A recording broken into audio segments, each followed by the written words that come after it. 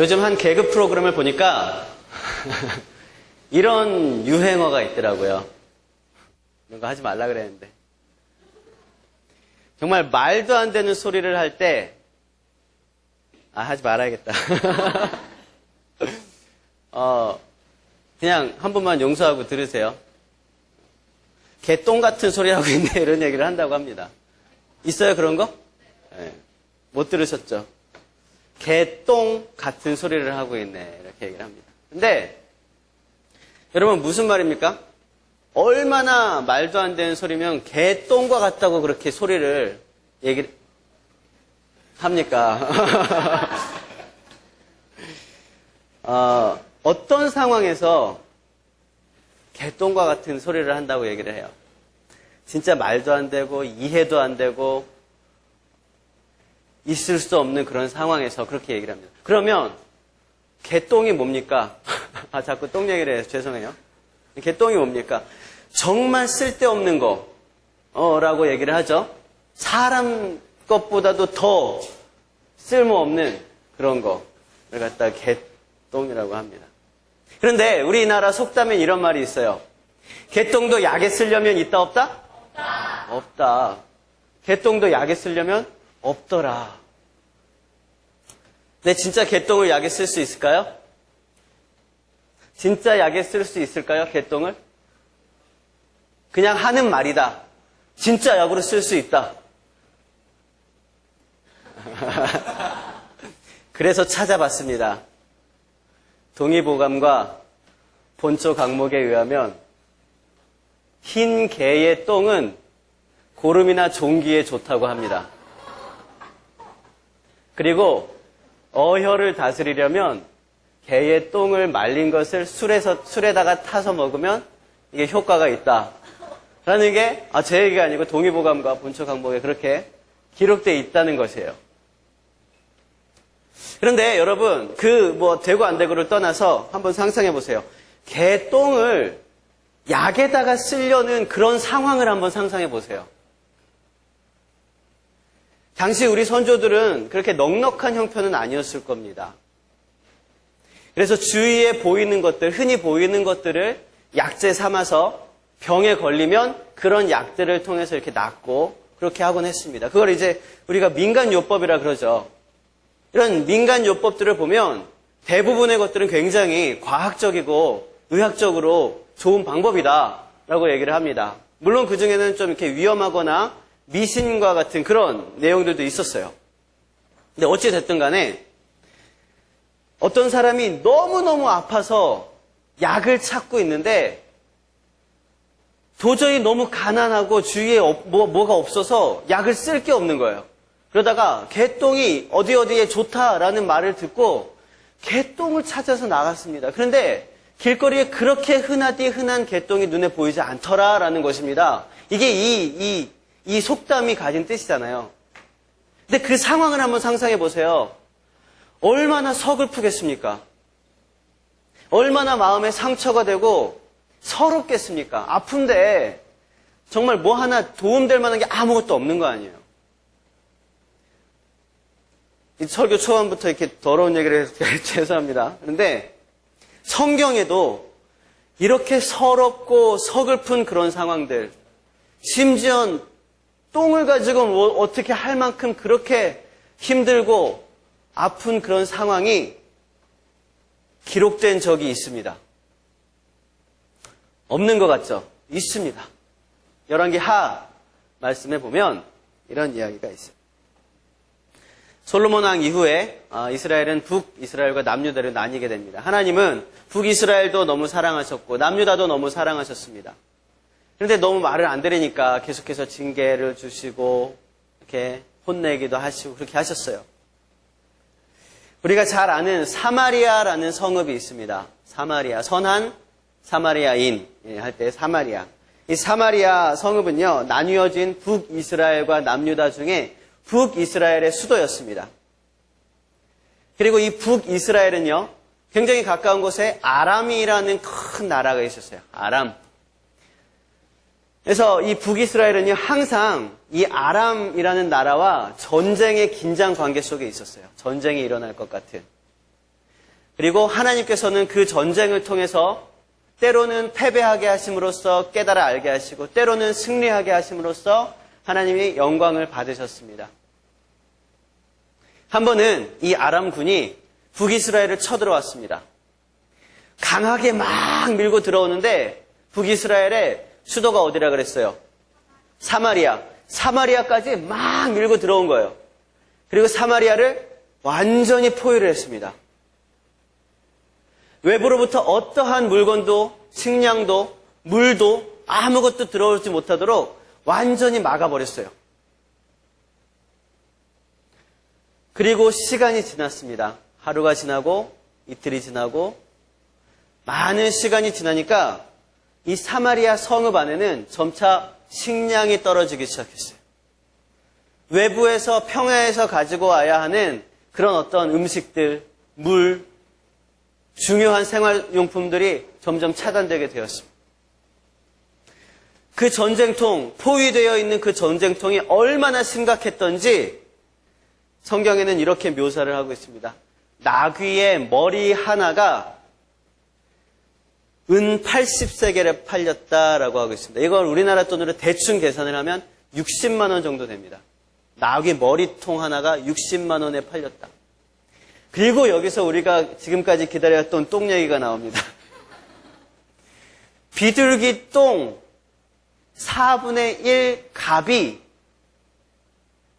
은 5세겔에 팔렸다라고 얘기를 하고 있습니다. 이걸 우리나라 단위로 환산을 한번 해보면요. 한 갑이 1.5리터라고 해요. 그리고 은 한 세겔이 우리나라 돈으로 대략 800원 정도 한다고 합니다. 그러니까 빨리빨리 계산을 해보시면 대충 이 정도 나옵니다.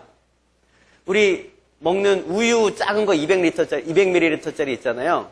그걸로 비둘기똥을 하나 가득 채우면 이게 2,000원에 팔렸다는 거예요. 더럽죠? 그 당시에는 비둘기똥을 갖다가 어떻게 먹었는지 어쨌는지 모르겠어요. 그런데 어떤 학자들은 그렇게 얘기하기도 해요. 이건 비둘기똥이라고 불릴 만큼 굉장히 싸구려 어떤 채소였을 것이다. 이렇게 얘기를 하기도 합니다. 그건 뭐 일리가 있습니다. 우리도 똥자 붙은 그런 식물들 많이 있잖아요. 근데 그런 것처럼 그랬을 것이다라고 얘기하지만 뭐 정확한 건 아니고 어제 추측하기로는 그렇습니다. 뭐 그게 뭐 비둘기똥이 됐든 그만큼 싸구려가 됐든 굉장히 비싼 값에 팔렸다는 거예요. 200ml짜리가 비둘기똥이라고 하는 그 싸구려, 어쩌면 진짜 똥이었을지도 모르고 그런 것이 2,000원에 팔렸다. 그 당시 시세를 잠깐 점검하면 이래요. 보리 200ml 우유 한 꽉, 작은 우유 한 꽉이 일반적으로 어느 정도의 거래가 되냐면 100원에 거래됐습니다. 그러니까 그 당시에는 보리, 먹을 만한 보리인데 이게 도대체 얼마 정도 됐었을까 상상을 할 수가 없겠죠. 한 10,000원 정도에 거래됐을까요? 대충 그렇다고 해도 몇 배가 뛴 거예요. 100배가 뛴 거예요. 100배. 50배 이상이 뛰고 막 전쟁이 나고 포위가 되고 물건이 점점 부족해지니까 그렇게 되는 상황이었어요. 나귀 머리에 고기가 얼마나 붙어 있었겠습니까? 얼마 없었을 거 아니에요. 평소에는 먹지도 않는 그런 거였을 거예요. 근데 그거 하나를 60만 원을 주고 사야 된다는 거예요. 물가가 한 50배가 넘게 뛰었다는 겁니다. 우리가 5,000원짜리 밥을 한 공기 먹어야 되는데 25만 원이 됐다는 거예요. 이게 갑자기 하루아침에. 어떻게 살겠습니까? 뭐 부자인 사람은 살겠습니까? 돈이 많으면 뭐합니까? 나귀머리 뭐 몇 개 사다 놓고 쟁여놓고 먹어봐야 뭐 며칠 더 연명하겠습니까? 먹을 수 있는 것도 없었고 돈도 필요 없었어요. 그런 상황이 계속해서 지속되고 있었습니다. 전쟁통이었어요. 전쟁통. 그냥 성읍 전체가 하루 이틀 지나가면서 죽음을 기다리고 있었습니다. 그냥 여기서 굶어 죽던지 아람 군대가 밖에 포위하고 잔뜩 이러고 있는데 그냥 어느 순간 빨리 쳐들어와서 차라리 죽었으면 좋겠다 이렇게 생각했을 수도 있어요. 이렇게 처참한 상황이었습니다. 그 당시에 이스라엘 백성들 중에서 나병 환자들은요, 성 안에 들어갈 수가 없었습니다. 전염병을 가지고 있었기 때문에 성 밖에, 성문 근처에서 살면서 왔다 갔다 하는 사람들에게 구걸을 하고 그렇게 살아갔습니다. 근데 자기 먹을 것도 없는데 이 나병 환자들은 어떻게 구걸을 할 수 있겠습니까? 더 배고프고 더 죽겠는 거죠. 그래서 이 사마리아 성읍 문 밖에서 살고 있던 나병 환자들이 몇 명 있었는데요. 그 중에서 몇 명 중에서 한 명이 이렇게 제안을 합니다. 야, 우리 여기 앉아있으면 굶어 죽을 거 아니냐. 여기 앉아있어도 죽고 어떻게 해도 죽을 거면 차라리 아람 군대에 가서 항복하자. 우리를 받아줄지 안 받아줄지 모르겠지만 정말 저들이 불쌍하게 여기서 포로로라도 잡으면 조금이라도 얻어먹을 수 있을 거 아니냐.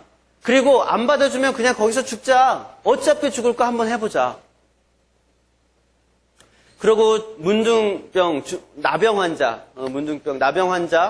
4명이서 아람 군대 진영을 향해서 갔습니다.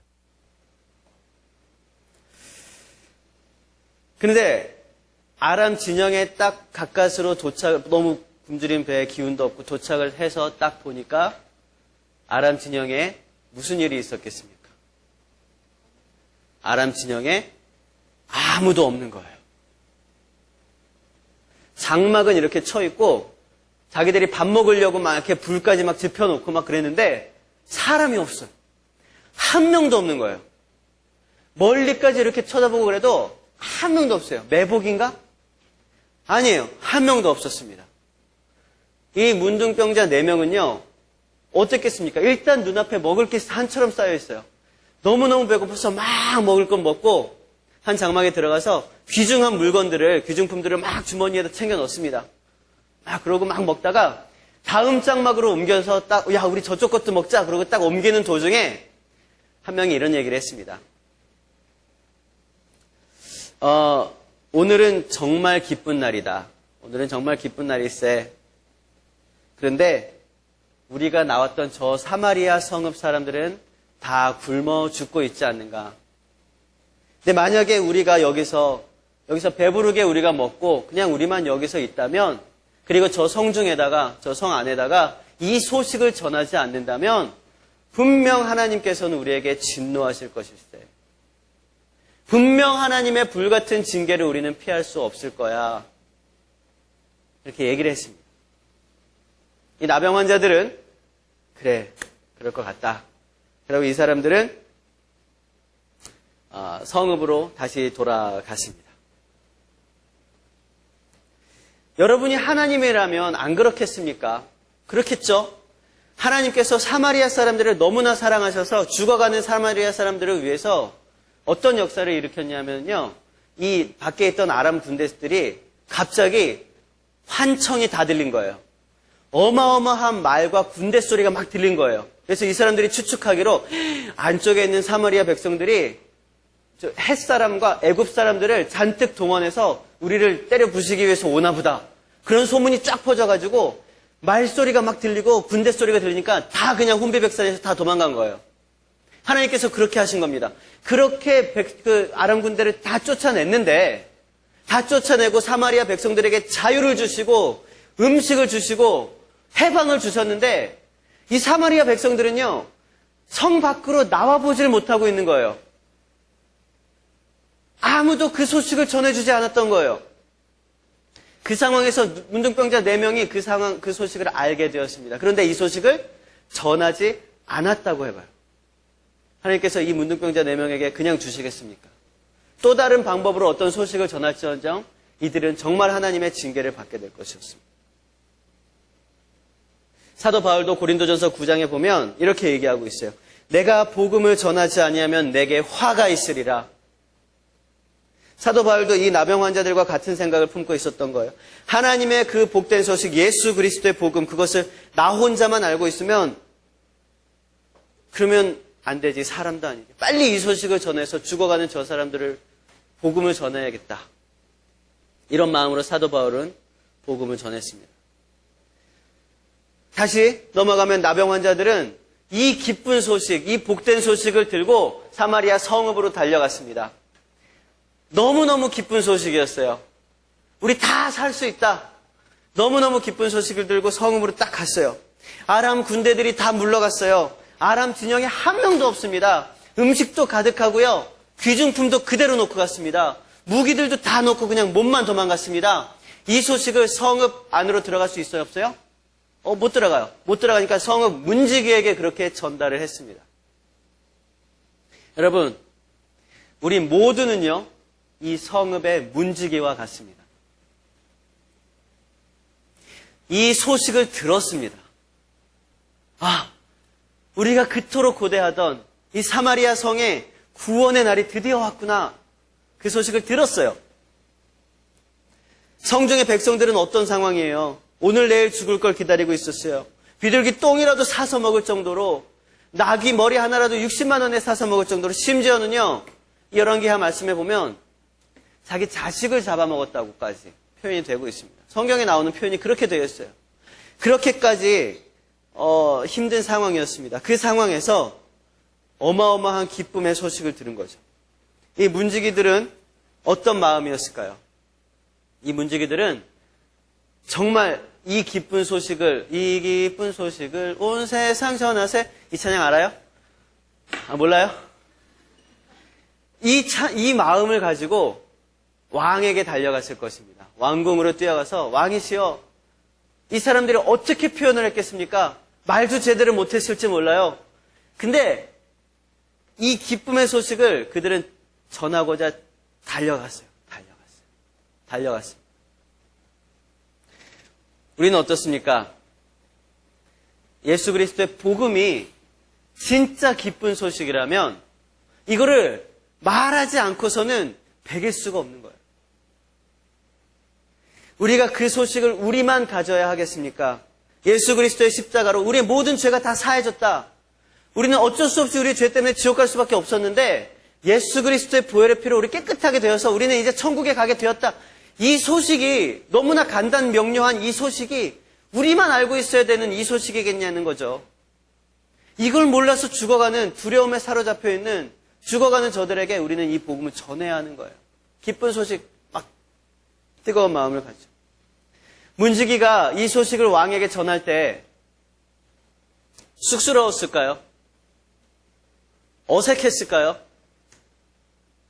이 표현, 문장이 준비가 되지 않았을까요? 뭐라고 말했을지 모를까요? 뭐라고 말해야 될지 몰랐었을 수도 있죠. 하지만 그렇다고 해서 이 소식을 전하지 않은 건 아닙니다. 어떻게든지 달려가서 손짓, 발짓, 몸짓까지 다 해가면서 그는 이 소식을 전했습니다. 우리에게도 동일한 복음 전하는 기쁨을 누리는 그런 기쁨이 충만하시길 축원을 드립니다. 여러분, 그런데 이 사마리아 성이 언제를 기점으로 승리했을까요? 승리. 이 사마리아에 있는 성의 사람들이 밖에 있는 음식들을 막 가지고 와서 드디어 경제가 좀 되살아나고 물가가 잡히고 이렇게 되니까 사마리아 성이 승리한 겁니까? 아닐 거예요. 그럼 여기 있는 사람들이 직접 문 밖에 나가서 다 나갔네, 그걸 눈으로 확인하던 그 시점이 사마리아 성의 승리입니까? 아니에요. 그러면 문지기가 이 나병 환자들에게 승리의 소식을 들은 그 시점이 승리의 시점이에요? 아닐 거예요. 언제가 승리입니까? 언제인지는 모르지만 하나님께서 이 아람 군대의 귀에 큰 말과 큰 군대 소리를 들리게 해서 다 물러가던 그 시점이 바로 승리의 시점이었다는 거죠. 그러면 거꾸로 생각해 보면은요, 이 사마리아 성 안에 있는 사람들 한번 생각해 보세요.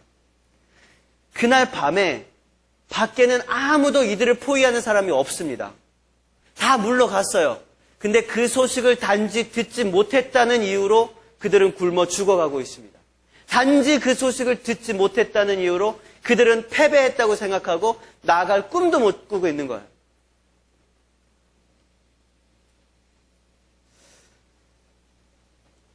여러분, 십자가의 승리가 마찬가지입니다. 십자가의 승리는 우리가 어떻게 하면서부터, 우리가 어떻게 받아들이면서부터, 어떻게 우리가 예배를 잘 드리면서부터, 말씀 훈련을 1학기 마치면서부터, 세례 받으면서부터 그런 기점이 문제가 아닙니다. 이미 2000년 전에 예수님께서 십자가에 달려 돌아가심으로써 이미 승리는 우리에게 주어졌습니다. 그 소식을 우리가 듣고 믿느냐, 그 소식에 우리가 동참하느냐, 우리가 그것을 가지고 믿음으로 삶을 던지느냐, 그 시점이 승리의 시점이 아니라 그것은 우리가 거기에 반응하는 시점이지 승리의 시점은 이미 2000년 전에 이루어진 거예요. 다 이루어졌다. 예수님께서 말씀하셨어요. 다 이루어진 겁니다. 여러분, 승리의 삶을 누리시길 바랍니다. 제가 자료를 찾아보니까 한 7년 전쯤에 말씀드렸던 예화가 있습니다. 얘기해도 아마 다 모르시겠죠? 저기 동해안 밑에 어떤 섬이 하나가 있습니다. 그 섬은요, 일제시대 때부터 시작해서 아직도 해방 소식이 전해지지 않은 섬이라고 합니다. 물론 지어낸 얘기입니다. 그래서 그곳에는 아직까지 일본 군들이 우리나라 사람들을 지배하고 있고 고문하고 있고 핍박하고 있는 거예요. 해방된 지 벌써 수십 년이 지났는데 너무 작은 섬이라서 이 안에는 그 해방 소식이 전해지지 않은 거예요. 그것을 어떤 사람이 알게 됐습니다. 그래서 그 섬으로 배를 타고 갔어요. 근데 저 멀리서 일본 경찰들이 보고 야, 저 사람 오면은 해방 소식을 전할 거야. 그리고 멀리서 총을 쏴서 죽였습니다. 또 다른 사람이 그 소식을 전하러 갑니다. 근데 이 사람은 조금 더 멀리 삭삭 피해서 잘 진입을 했어요. 그래서 배가 딱 도착하자마자 우리나라가 해방되었습니다 라고 말을 하려고 해까지 했는데 총 맞아서 죽게 됐어요. 그래서 그 안에 있던 우리나라 사람들은 저 사람 뭐야? 무슨 소리를 하려는 거야? 그러고는 일상으로 돌아가서 다시 일본의 통치를 받고 있었습니다. 또 어떤 사람이 열심히 운동을 해가지고 갑옷을 다 입고 또 배를 타고 갔습니다. 딱 해변에 도착해서 배에서 내리자마자 우리나라가 해방되었습니다 라고 말을 하는데 막 총이 날라오는데 갑옷을 입고 있어서 막 튕기고 그러다가 사람들이 막 일본 사람들이 다시 와서 막 결국은 죽었어요. 근데 우리나라가 해방되었습니다라는 말을 여기 있는 주민들이 들었습니다. 근데 일본 경찰들이 저 사람 미치광이야. 저 사람 소리 무슨 소리야 저게. 이런 식으로 이야기를 해버렸던 거예요. 그러니까 주민들이 저 사람 미치광이구나. 그렇게 생각하고 말았어요. 또 한 사람이 갔습니다. 또 한 사람이 갔습니다. 계속해서 사람들이 들어갔습니다. 그러자 주민들 안에서는 뭔가 분위기가 이상하다. 그리고 조금 더 강력하게 외부와 이렇게 연결을 해서 해방된 소식을 알게 되고 일본 경찰들을 몰아내고 자유의 땅이 되었다는 지어낸 이야기가 있습니다.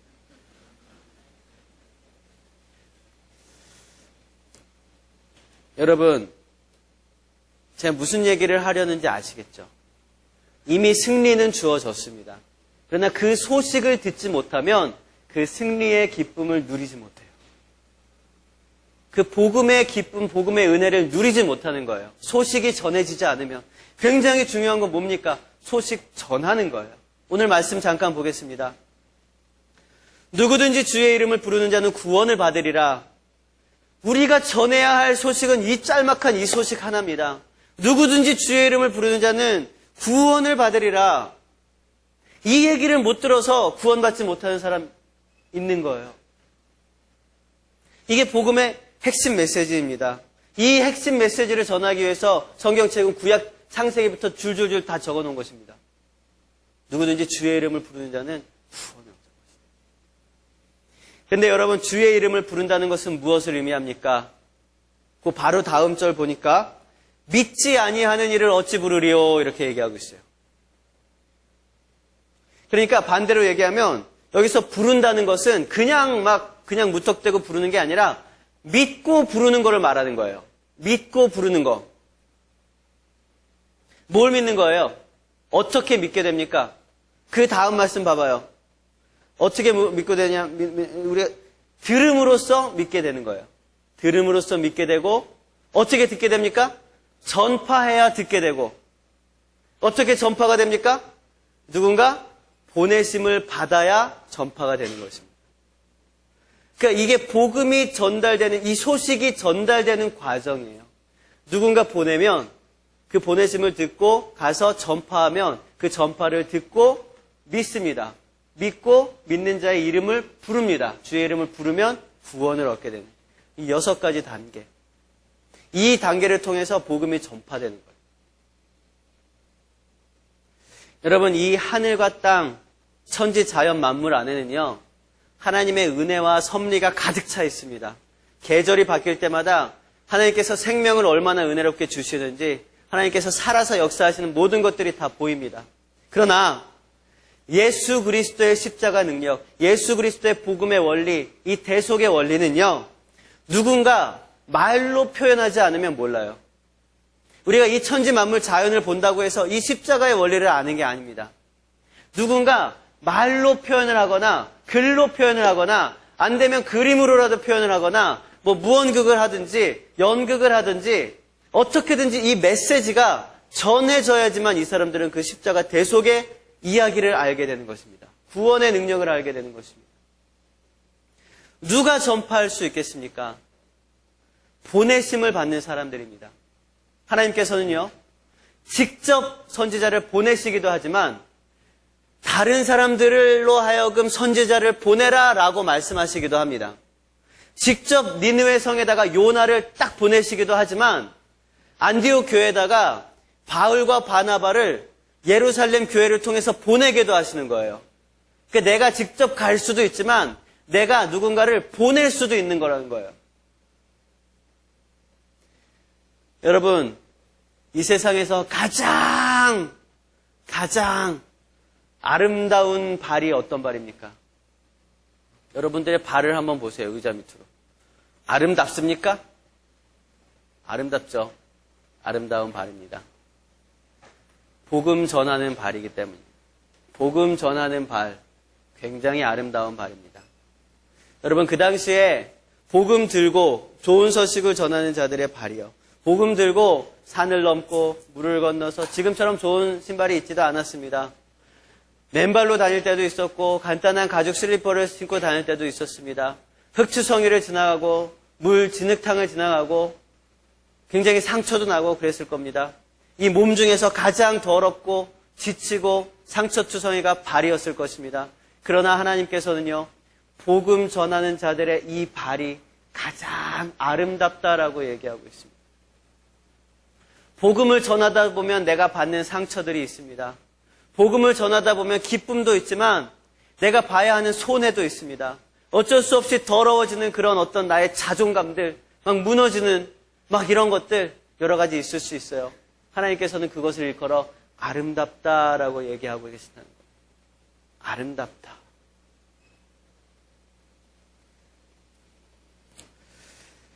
어, 15년 전 영화니까 말씀드려도 되겠죠. 브루스 윌리스가 귀신이었습니다. 식스센스라는 영화예요. 이게 반전이 있는 그런 스릴러라 그래야 되나요? 그런 영화잖아요. 이 당시만 해도 저는 그 스포일러, 그 결말을 먼저 알고 영화를 본 첫 번째 영화예요. 진짜 재미없게 봤어요. 브루스 윌리스가 어떤 행동을 하면 그게 왜 그런지 다 알겠어요. 여러분, 스포일러 아시죠?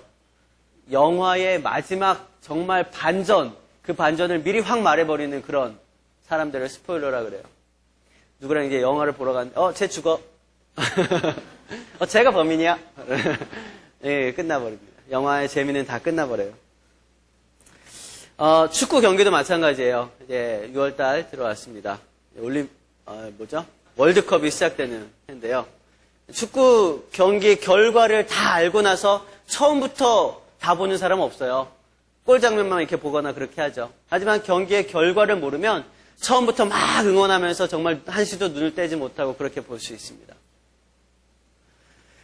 그러나 여러분, 만약에 이것이 인생이라면 우리가 결과를 알지 못하는 것에 대해서 박진감이나 스릴을 느끼기보다는 두려움을 느끼게 될 것입니다. 어쩌면 축구 경기나 이런 스릴러 영화물 같은 것들도 결과를 알지 못하는 두려움에서 기인한 박진감이나 아니면 스릴, 그런 것들일 수 있을 거예요. 그러나 우리는요, 인생의 결과를 이미 알고 있는 사람들입니다. 인생의 스포일러들이에요. 인생의 결과를 알고 있다는 이유는요, 반대로 이야기하면 두려움이 없다는 거예요. 우리가 어떤 삶을 살아갈지라도 두려움이 없다는 것입니다. 평안함, 행복함이 우리의 모든 삶 안에 가득하다는 것입니다. 여유 있게, 행복하게 인생의 뚜렷한 목적을 알고 달려나갈 수 있다는 것입니다. 사단이 주는 죄책감도 우리에겐 전혀 상관이 없다는 것이에요. 자존감의 상처가 없습니다. 왜냐하면 우리는 끝을 알기 때문입니다. 우리의 끝이 어딥니까? 하나님 나라. 갈 수 있는 이유는 무엇입니까? 예수 그리스도의 십자가 보혈로 인하여 나의 모든 죄가 씻겨졌기 때문에 하나님 나라를 꿈꾸면서 달려가는 거예요. 아직까지 하나님 나라를 꿈꾸지 못하는 자들에게 야, 이게 진짜 끝이야. 우린 이걸 보고 달려가야 돼. 이걸 얘기해 주는 거. 이게 전도입니다. 이게 복음 전하는 것입니다. 사단은 우리를 이길 수 없습니다. 제가 지난번에도 말씀드렸던 건데 동물원에 가면 호랑이가 있어요. 우리는 가족들이랑 같이 동물원에 가끔씩 가는데요. 한 번은 이런 적이 있습니다. 좀 더 가까이에서 호랑이랑 사진을 찍으려고 가까이 가서 이렇게 사진을 찍다가 호랑이가 오줌을 싸는 걸 좀 맞은 적이 있어요. 아, 더러워. 뭐 이렇게 찍 쏘는 거야. 오줌인지 뭔지 모르겠지만. 아, 더러워. 이게 좀 맞았어요. 아, 이제 찝찝하더라고.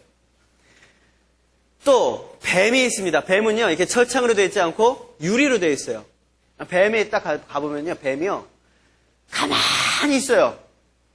그래서 야, 좀 덤벼봐라. 그리고 막 둥둥둥 치기도 하고 막 번쩍번쩍 막 하기도 하는데 뱀 정말 막 신경도 안 쓰고 가만히 있어요. 그런데요, 만약에 우리가 밀림에서 호랑이를 만났으면 조금 더 가까이서 사진 찍어봐야지. 그렇게 사진을 찍을까요?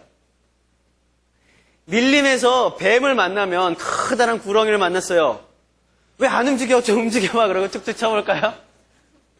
아니죠. 발이 땅에 닿지 않게 뛰어가겠죠. 도망가겠죠. 그러나 동물원에 있을 때, 유리벽 안에 있을 때 우리는 안전합니다. 사단은요, 예수 그리스도가 없었다면 사단은 밀림에서 만난 호랑이였을 것입니다. 예수 그리스도가 없었다면 사단은 유리벽이 없이 만난 뱀이었을 거예요. 우리는 너무나 두렵고 우리를 집어삼킬 수도 있었을 것이고 독을 뿌릴 수도 있었을 것입니다. 그러나 이미 예수 그리스도께서 십자가에서 승리하시고 사단의 모든 권세는 동물원에 갇혀버렸습니다. 그래서 우리는 승리하게 되었고 그 승리를 우리는 누리는 거예요. 사단은 동물원의 호랑이입니다. 기껏해야 가장 큰 공격이 오줌 싸는 거예요. 더러워. 이건 무서운 게 아니라 더러운 겁니다. 사단, 더러운 거예요. 더러워서 멀리하는 거지 무서워서 멀리하는 거 아니에요. 뱀이 유리 안에 갇혀서 으르렁대고 막 혀를 내르렁거리면서 잡아먹으려고 그래도 우리는 두렵지 않습니다. 여러분, 말씀을 정리하겠습니다. 우리는 이미 승리한 그 승리의 소식을 전하는 문지기와 같습니다. 승리한 소식은요, 이 사마리아 성 안에 아무한테나 전해도 다 기쁜 소식이에요. 이 사마리아 성 안에 그 누구도 이 소식이 필요 없는 사람은 없습니다. 부자이건 가난한 사람이건 아이건 어른이건 누구든지 이 소식은 필요합니다. 왜냐하면 이 소식을 듣지 못하면 그 사람은 그 자리에서 굶어 죽기 때문입니다. 그 누구도 이 소식이 필요 없는 사람 없습니다. 여러분, 이 소식을 누가 전하시겠습니까? 그 소식을 전하는 그 기쁨의 감정들을 여러분 누리시길 바랍니다. 한 영혼이 돌아와서 영원한 생명을 얻게 되는 그 기쁨을 누리시길 바랍니다. 지금은 영적으로 너무나 피폐한 세대입니다. 영적으로 너무나 목마르고 굶주린 세대입니다. 영적인 굶주림에 비둘기똥을 돈 주고 사는 시대입니다. 영적인 굶주림 때문에 개똥 같은 그런 소리에 수많은 영혼들이 흔들리는 그런 세대입니다. 이 시대에 값없이 부어지는 그 진리의 말씀, 예수 그리스도의 십자가 복음을 먼저 믿고 깨달은 우리가 어찌 가만히 있을 수 있겠습니까? 직접 가든지 보내든지 둘 중에 하나 꼭 하시길 바랍니다.